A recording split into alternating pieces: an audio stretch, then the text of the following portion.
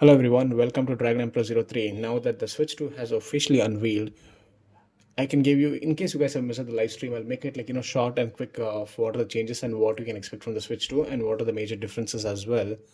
So we'll be going all those features one by one here now. So first, let's go.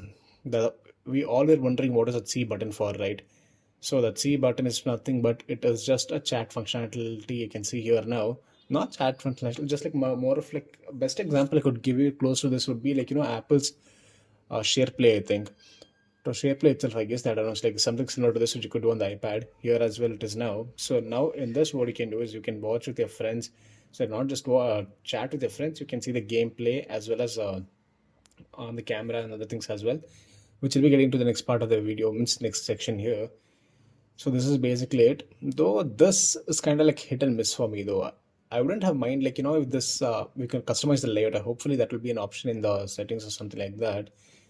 Because this in handheld mode doesn't exactly look that good. TV it's fine I guess, but in handheld mode no. So let's see if we can customize the server once it's I get my hands on the Switch 2. And next feature, the thing is that is a Nintendo Switch 2 camera. This kind of reminds me of the day of you guys remember the PSP had something similar like this. You could attach a camera on top of that. That kind of reminds me like that. Though this can be only exclusively used in actually in this one, just not in just desktop mode. You can use it in this, but again for this, it doesn't exactly look that nice. Actually, I would say. Though the whole point of this is just to to play at home, not like you to carry around anywhere like that. And that is the whole point. You know why they have one more top USB there, as you can see here. So that is the whole point of this. Yeah, looks good. But again, this is going to be an additional accessory, I guess. I'm not sure about that because they did not mention anywhere like it's this thing. No, it says available on the same day as Nintendo Switch 2. So yeah, it is an accessory additional cost again. And next, after this, we have game sharing. This is something I actually look forward to. You could play a same game. Your friends don't have to buy that game actually, basically now. So you can just share it up to like three people, okay? That includes Switch Lite, old Switch, and even the like new Switch as well. It's not exclusive to like Switch 2 alone. So that's a good thing actually there. And after this point three, now here this is again we'll go into the specs part now. It is having a 1080p LCD display. That's not OLED, but again I think after a year or two they might launch the OLED version. How they did the Switch, I guess. Again, but this is it's an LCD with HDR, so that's a pretty good thing there. And it does look pretty good, nice and choppy. And I don't think so. Nobody had an issue with the Switch display apart from the pixels and all there. Though when you compare it side by side to OLED display, yeah, you can see the difference. But apart from that, the screen is good on that as well. I own the Switch Lite and the Switch OLED here, and both are pretty good display. Those Switch, I use more of the Switch OLED actually for most of the time in playing games and stuff like that. But often this is like a welcome change over there. And next is H. This is like supports up to 1080p 120 FPS in handheld mode. That is something which I did not expect actually. Though it does this seems like non Nintendo move actually, because usually Nintendo strategy is like how much they hold back their tech. Even when the Switch 2 launched, sorry, Switch original Switch launched in the beginning, it was capable of playing 1080p in handheld mode with pretty good frame rate as well. But the thing is that they had limited that because of to save battery performance in that case, I guess. But I'm kind of surprised how now it supports up to 1080p and 120 FPS. That's kind of like again surprising, I could say, I guess, though, because I'm not sure how will this affect the battery life and stuff like that, especially for like all like heavy graphic games and all. I doubt those will support 120 FPS. I guess they will be locked out mostly around 30 or 60 range like that. Okay, next let's go to the now display is done. Let's go to the controllers, the Joy Cons. So these are, yeah, officially they are like magnetically locked now. And yeah, this is again, if you want to unplug, there's a switch behind that there. You can press that to remove the thing there. And this is the like SLR and this one SR buttons here. They're again huge compared to the original switch.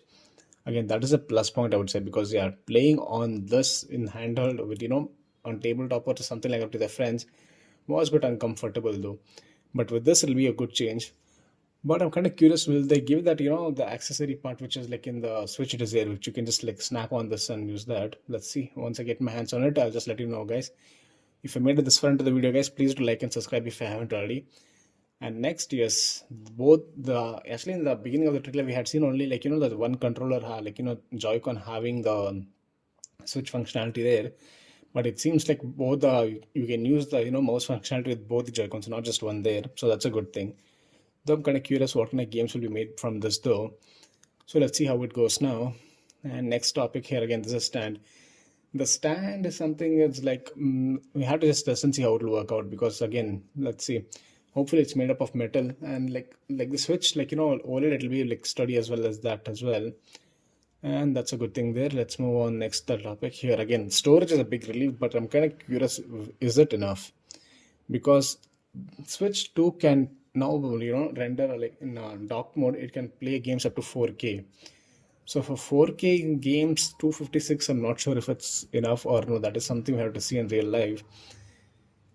But again, it's a welcome change there, though. Again, next after this, the dock again. So the dock now finally has a fan in that, which will again help in the cooling of the system at the same time for maintain sustained performance. And the dock supports up to 4K 60 hertz and 1080p to how much, yeah, 120 hertz. Again, but for that you need like TV which supports that. But again, it's kind of surprising though. I'm kind of curious how that 4K is going to be. It's definitely going to be upscale itself, but let's see how it compares, to AMD FSR4, which is currently going on, or will it use the this one, NVIDIA's DLSS 4 now. We gotta just check and see how it will be in real life though. And here is the Switch game cartridges now. Again, the only thing is that they haven't changed anything in this. They're basically identical. Only the thing is that only color difference. Just so you can know which is like Switch 2 and which is this one, original Switch 1 there. Apart from that, there's nothing. But yeah, only thing is that again, Switch 2 is going to be much more faster. It is like having a faster storage, so it will run the games much more efficient and not efficient, but yeah, faster and better performance you can get from there. I'm kind of curious how original Switch games will be faring up. I have few cartridges here. I'm definitely curious to test and see how it'll be in real life. Again, let's go to the next now. So yeah, from all the things which we've been seeing, all the rumors and all, yeah, the Nintendo Switch 2 will support micro card XT Express cards. But the downside I would say is that it does not support the previous Switch micro SD cards, whatever you had. That is like a major downside I feel, because now you have to buy additional. That's again, there are like these cards are kind of a bit expensive at the moment. Hopefully, let's see how it be down the lane now, and we'll gotta check the availability as well. And again, yeah, you can transfer your data. There's like nothing like you have to start over a thing like that from beginning. So you have to just log into your account and you can just share the data and all. So that's a plus point there. So if you guys don't have Nintendo this one, or that called digital or sorry, online subscription, it's fine. You can share locally as well. And next, there's a new Joy-Con controller as well here now, Pro controller that has again the C button which is for the chat, and it has like additional two back bar, or that's called buttons in the back. Again, they are for custom buttons. You can set it up to your needs, I guess, if I'm not wrong. And again here, so this is going to be called like Nintendo Switch 2 Edition. So basically what it does is it enhances whichever Switch games. And for me, I definitely would love to play this, like Tears of Kingdom, Breath of the Wild in 1080p handheld mode. But it's kind of question part is that when emulators and things are there already, and most of you have already played and finished the game on. If for new people, yeah, that's going to be a really good experience. But for me, like I've already finished the game like twice this one now, and I finished both of them 100% actually. But yeah, still I'll be just curious to test it out on the Switch 2 as well. So make sure you guys like and subscribe for that as well. And again here, though it's kind of just makes me like wonder, should you just go for the Switch 2 at this point or wait for the Switch to OLED if you have a Switch actually.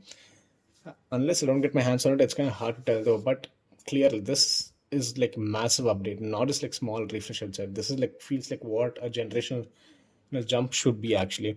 If you take it compared to maybe PS4 to PS5, from PS4 to PS5, you could say it is a somewhat generational jump. But again, if you're coming from PS4 to PS5, then that difference kind of becomes a bit less. It's like, yeah, it'll play games now just in not true 4K, but upscaled 4K. And some parts, yeah, if it depends again on a TV, that is, if a TV is big, you can tell it's not exactly true 4K. But if you have a small monitor and small TV, something like that, then it's hard to tell again there. So let's see how it goes there. And next here again, if you own the games, you can either just buy an upgrade pack for that.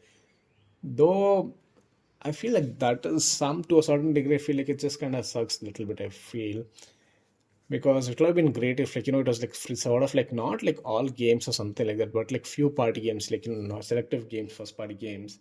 But again, Nintendo makes money from majorly from their own first party games, so no, can't complain about that. But one more game I'm kind of looking on the Switch 2 is going to be this one, Hyrule Warriors: Age of Imprisonment. So this they're following against Breath of the Wild strategy here. So first they launched Breath of the Wild, then they released again Hyrule Warriors: Age of Calamity. That was to fill in the gap of what happened, like how did Link end up in the sleep like that, and this follows the same footprint of that again. So this is going to be happen. What happened, like it's going to be more of like Zelda side of stories. What happened when she time traveled back actually that time.